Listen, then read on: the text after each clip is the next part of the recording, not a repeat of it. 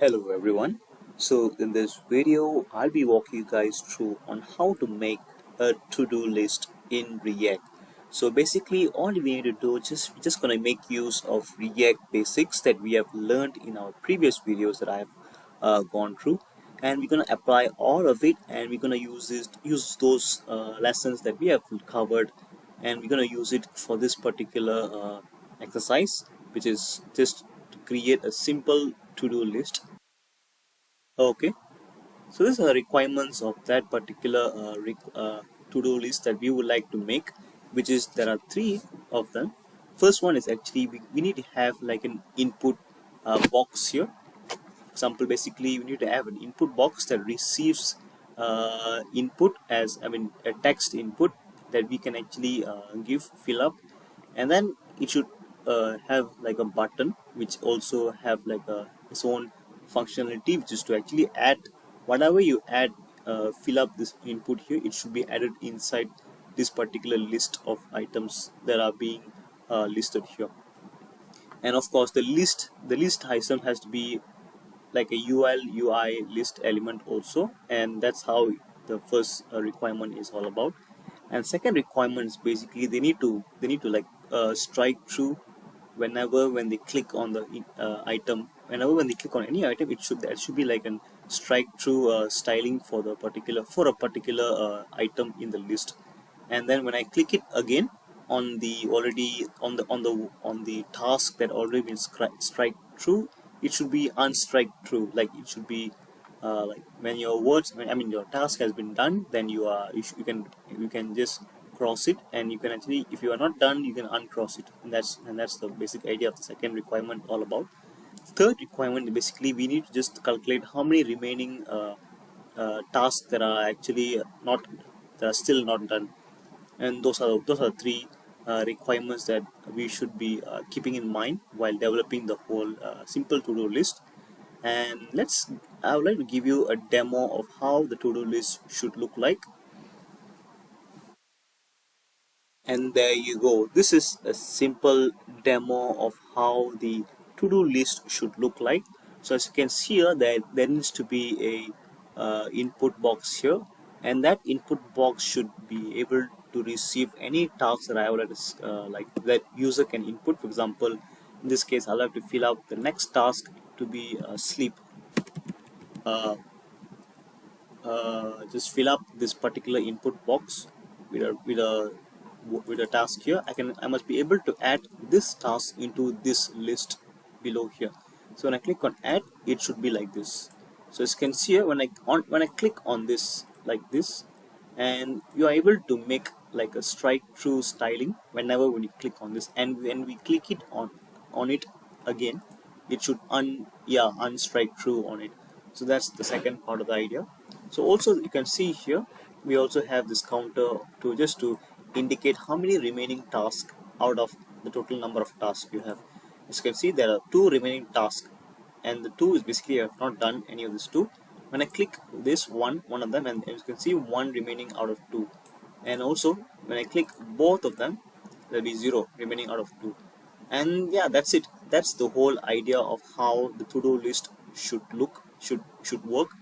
And that's it. Those are the demo I would like to show you guys before coding the actual project, the simple mini project. So without further ado, let's get started. And there you go, everyone. So this is a blank empty React project that I've just created. So this is basically it's like a simple like the most skeleton of your React application, where you just need to have like a simple this particular template as a functional component, and from here we can actually start working on the whole project itself. So as you can see here, let's start with the first requirement, which is to have like a input box, and there's a button over there, and that button should be able to that input should be having like a field where it will be able to receive user inputs. So whatever user make change to that particular input box, it should be stored as a variable. For example, let's say form data. So in that way we are able to we can actually track the changes that have been made to that particular variable, and that with that variable that we have made, we have tracked, we can actually store it as an input, and then we can actually make use of it. So that's what I'm going to do in the first step. So first of all, let's make a simple form here. Just need to go open this div tag here, and I will say form, and let me make it like yeah, like this. And inside this form I'll be having an input tag as well. For example, input self-closing. It's a self-closing tag also. So as you can see here, this is just an input here, then this is nothing to do because it's just empty without any context. So usually inputs should be having like a type of input. So as you can see, by default this input is a text input, and hence you don't actually need to fill up with type like this, but then it's actually optional. I'm just going to say text as for a good practice. I don't want to forget I mean I don't want to skip the steps, just to keep in mind that we are able to follow the good practice. And the next thing is, after text we usually be having placeholder like this, and placeholder just to indicate what is the name, what should be there while we are not filling up anything to that particular input box. As you can see here, I just placed a simple task. Okay, the next thing is a way to actually uniquely identify this input. In this case, I would like to say name, and this name is going to be, so once I've already filled up with task here, I can actually uniquely identify this particular input here.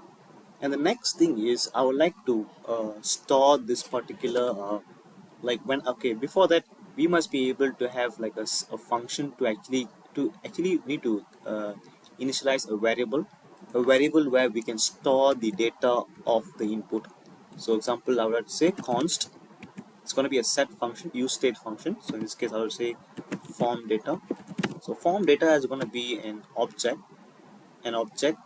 which will be able to store the form data. In this case I have to say set form data, something like this, and it's going to be a use state function equals, sorry, you just need to place use state like this, and just need to go down like this and just click enter. So you can see here your use state function has already been imported just by having clicked on this particular input function in the option list. And of course use state is actually a function, so it should be receiving like a parameter. So what parameter is, basically we need to make like an initialization of this particular form data object. So this form data object will be having an element called of course you need to initialize with curly braces, and it's going to be named as task, and the initial value of task is going to be empty. This is an empty object. So this particular form data object will be having a element called task, which has a null value, and that's the basic idea of form data. And let's make like a handle change here, and let's say if I were to click on change. So basically I would like to make this how to say, when I change this form or edit or fill up with any sort of input, I would like to run this particular function called handleChange. So handleChange is actually, we need to like manually make this function below here at the top here. So in this case I'll have to say function, and the reason why we're gonna make this function is to actually to capture the latest change that have been made. So they have been made to that particular input box, and that input box value we can actually store it inside this form data object here. So that's what we're gonna do right now. So function, I like to call, manually create a function called handleChange, and this handleChange will be having a parameter called event. So event, we don't actually have to import it here, it will be directly imported here. And as you can see here, we're gonna have like a function braces like this, and this particular, of course it's gonna be a function that actually tracks your the input, the changes that you have made inside your input box form data task. So what you're gonna do here is that we're gonna make this particular form data to be updated every single time when we change the input box. So let's go to inside here. We're going to say set form data, and inside here we're going to say of course it's going to be a then I mean there's a way to actually to store it. For example, pref. Inside this is going to be a previous data, so previous data, and we're going to call it like a function, arrow function, and I'm going to say like this. I'm going to open the curly braces, and I like to return yeah, like this. And this particular return is going to be having the first one to be spreading the old data that already existed inside pref data, followed by the event. I mean, actually we need to like replace with a new content, which is event dot target dot name. Okay, so basically I am making this event, basically event dot target, that name is basically this particular task here, and it should be equals to event dot target dot value. Okay, so what I'm doing here is that I'm just setting this form data, which is form dot object here, to be always will be stored directly inside this task here. In this case it's going to be here. So now we have just did this particular step, which is just to store whatever change that have been made inside into this particular input box. It will be automatically saved into this form data.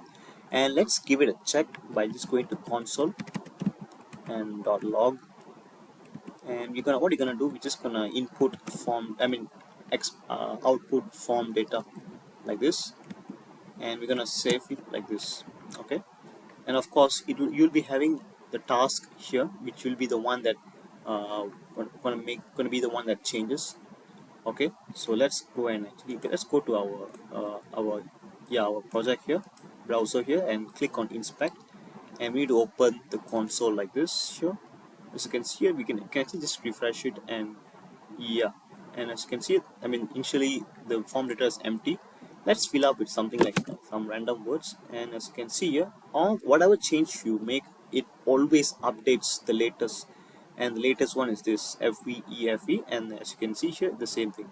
So and yeah, and that's the first step. We have just directly just made the first step, which is just to make sure you will be able to keep track of the changes that you have made to this particular input box, and that particular input will always be saved into this variable called form data.task.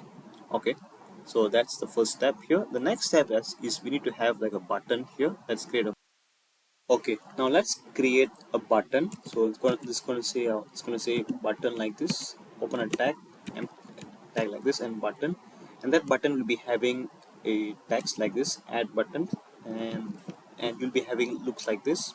And what it does is that actually it will be having a type, button type like this, and this button type should be say submit. And what it does is that it just submits the form, whatever you put inside your field input box. So this submit will work only when you put on submit props at the top here inside the form tag here. And this on submit is where we're gonna run a particular function, another new function almost similar to handleChange. This case going to be handleSubmit. Okay, so handleSubmit is basically the same as handleChange, where when you click on add, the button add, this particular handleSubmit should run. So let's create a function for this particular function handleSubmit, and it's going to be an empty function for now. So what this particular handleSubmit does is that it will add this particular input that whatever input you fill up inside your box, it should be added to a particular list of items. So before that, let's create that list of items first. In this case, I'm going to use the set state function. So I'm going to say use state, const,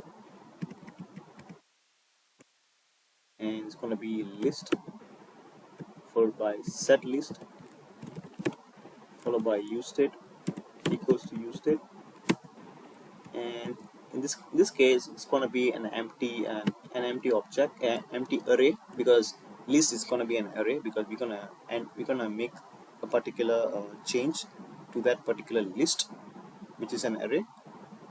And also let's have like a simple a dummy data to yeah, not to make this list empty. And this list gonna be an array which have multiple which stores multiple objects, and those objects can be like this, by the way, which is how you this is how you initialize an object. And that object will be having an ID of 1 followed by, and of course since it's a task list of tasks, we need to have like a task name. And in this case it's going to be, I'm just going to say name, or you can say like the task name like this, and it's going to be an empty one. And of course we need to like keep track whether is it done or not. So I will say is done. It's going to be a boolean, so by default it's going to be false as well. Okay, so as you can see here, I have a simple a dummy task. In this case I like to say wake up. Okay, something like this. So wake up will be the first task in your list here, and that list before that we need to actually make sure we actually need to display what's inside the list here. Okay, so that just keep track of what is going on inside the list. So I like to say list dot map, and it's going to be a function, map function. It's going to be another function inside this map function. It's going to be an arrow function. Okay, something like this. And here I'll be doing, I would like to list out all the task list of tasks here. So it's going to be a UL UI list. So but then I like to wrap this particular list function with UL first. So UL, and inside here I'll be placing the function, the list function here, and in which I'll be making a call to actually go through every single list of items. So in this case I like to say li here like this. Okay, of course it's going to be a list of items, a list of tasks. So I like to call the name of the parameter to be task, and of course I like to place the list to be the name of the task. So in this case I like to say task dot name, something like this. And let's click on save, and there you go. Right now you have only one item in your list of tasks, and that is wake up. So what you're gonna do here, what you're gonna do inside handleSubmit here, we're gonna whatever task, whatever input that we fill up here, it's gonna be just gonna add it at the most at the end of this particular array of list. So it's basically as you know, handleSubmit will always be having a like when you click submit, this particular form will submit the form, which we don't want it for now. So in that case I'm going to say event. We must be calling the event inside the parameter as a parameter also. So event dot let's say remove prevent default.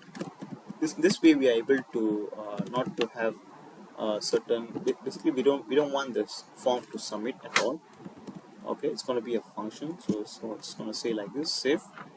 And whenever I click on add, it does not do any, does not submit any form, and does not get redirected to anywhere else. So the next thing is, what we're gonna do is that we're gonna take that input here, and we're gonna place it inside the list at the end of the list. So that way we are able to make like addition, just pushing that particular form data directly inside this array called list.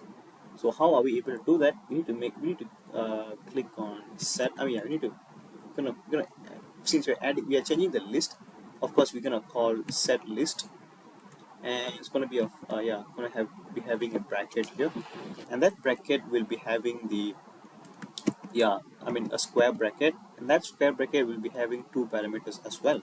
So it's going to be, the first one is going to be having the initial value, which is we're going to spread the initial value of the list like this. So and of course we only going to make change to the particular thing that we like to change. In this case, it's going to be a new task like this. So new task has to be an array, by the way. I mean sorry, an object that we have stated here like this here.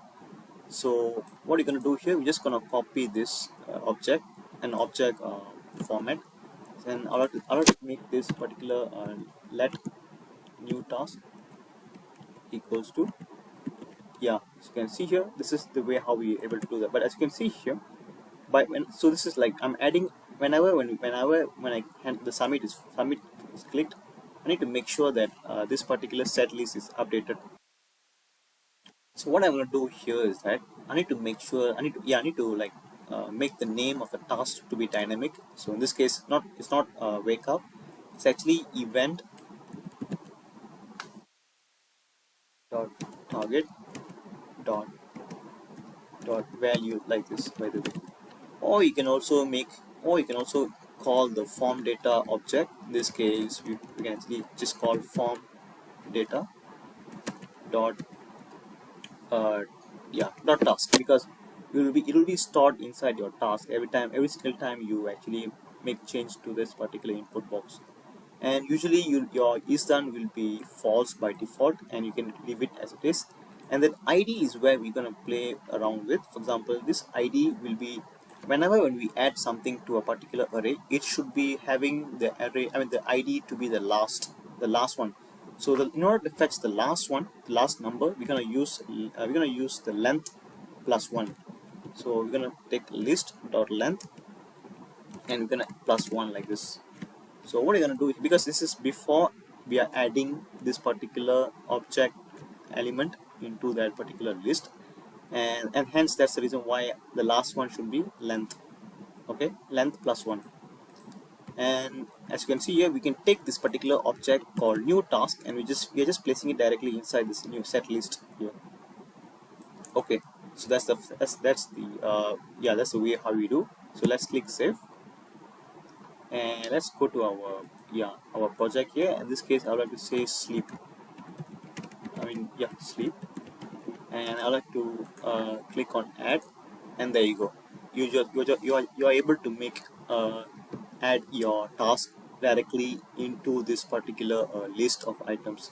So as you can see, when I click on add, you're able to add more and more of the same task. But this case is gonna be a simple task. We don't want to like make any other complicated form validation, or any sort of input validation. So it's gonna click refresh, and it actually works. So as you can see, that's the second step. And the second requirement also needs to be like a way to actually whenever we click on any of this task, it should be the state of it should be changed into from done to not done, and vice versa. So how are we able to do that?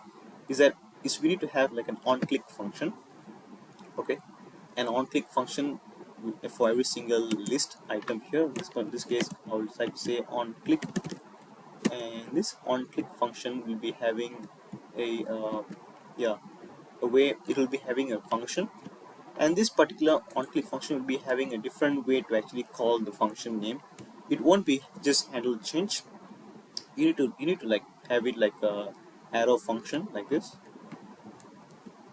and this arrow function will be having another curly braces like this. And in this case, I would like to say handle click. Okay, so whenever you're clicking on this function should be running, and it also needs to pass an ID, the ID of this particular task. So like I said, task dot ID. Okay, so but then this task has to be inside here as well, or we can also take it from here. Actually, it's taking this task, by the way, this object called task, and it's just taking its ID. So what you're gonna do here is that we're gonna go to we're gonna have another function, a function where we are able to call handle click like this, and inside the parameter we'll be calling the task ID like this, and we can do the rest inside the curly braces like this. And what you like to do here, of course, we are actually making a change to that particular list of items. So we're gonna call yet again set list. Okay, inside here is where we'll be doing the most of the logics. So of course the first step is we need to look for the task that matches that ID. So how are we able to do that is that we just need to like make it like a map function. A map, just need to map through the list first, like list.map, and inside here will be the one that we're gonna will be having the task like this. We're gonna have like a arrow function like this. Okay, inside this arrow function is where we're gonna like we need to like match, does this ID matches the task.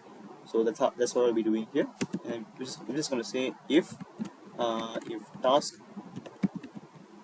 dot ID, which is the current task inside that list of items, equals to the task ID that we are passing.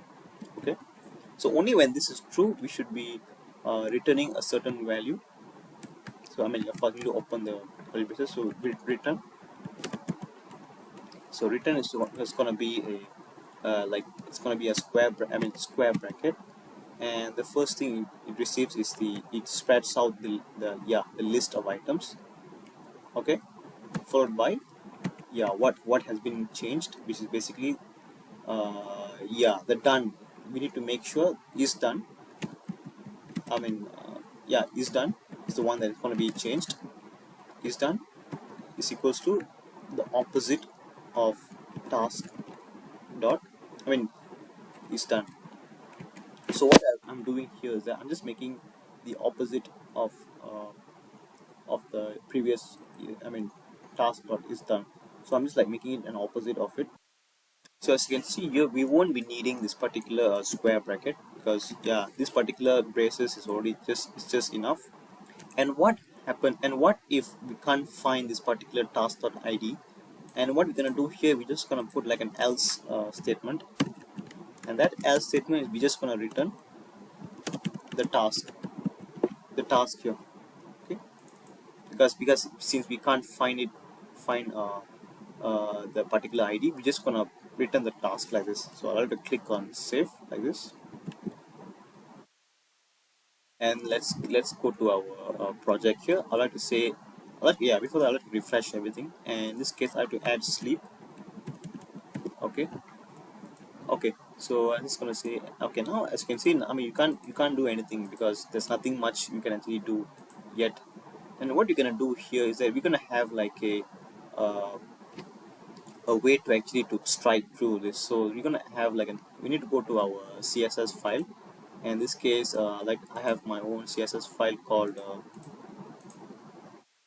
app.css, and inside app.css I'd like to create like a new class name called Strike. Okay, inside Strike is where we're gonna have the function having the styling for the particular strike through. In this case, I like to say text decoration, and text decoration should be having the line 2. As you can see here, it's already there. So when you're, it's basically the basic idea is when the status of your task is done, then this strike through will be the name of the class, will be available. And how are we able to do that is that we need to go to our list here. As you can see, we are in the list, and we're gonna make sure we have the class name for this like this. Okay, so here we're gonna it's gonna be a curly braces. Before that, it's gonna be a curly braces, and I'm gonna make sure only when task dot is done is true, and like for example like this, is done is true, and there's gonna be a two statements like this, two conditions. One statement, the first condition will be when this is true. The first one, the true as in when it's already done. And that's where the class name is actually called Strike. Okay, when it is false, then it's gonna be an empty. There's no class name for this. And before that, I need to call this strike through class. Strike through styling. Styling name. I like to place it here. In this case, I like to say import. Just need to call that import your app.css.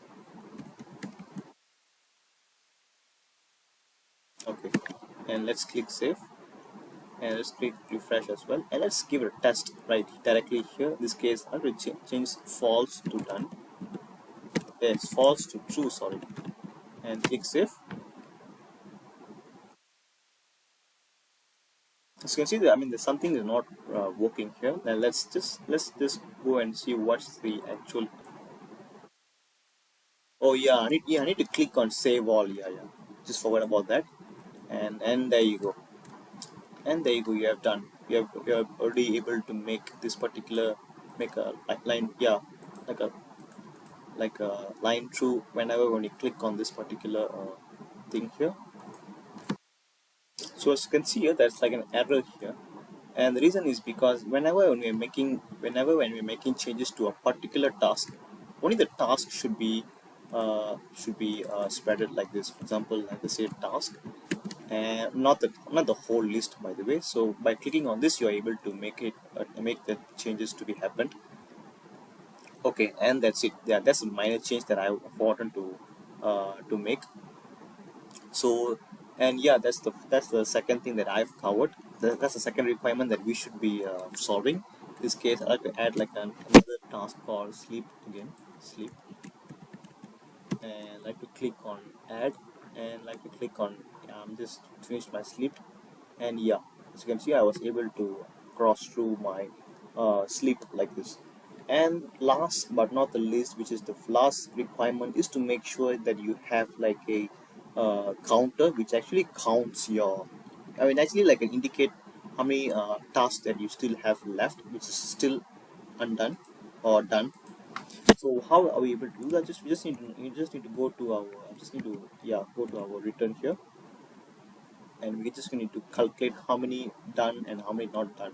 So how are we able to do that? It's just, of course, we're going to use the same list again, list dot uh, yeah, list dot length, but in this case it's going to be, I mean, I have to click save first. As you can see, there's two items in your list, and hence that's why there's two, I mean, the length is 2 because there's two items in your list. What I would like to do here is that I would like to filter this list, and that list should be like, filter it only when you have that element uh, qualifies to be in that particular list by using this filter function.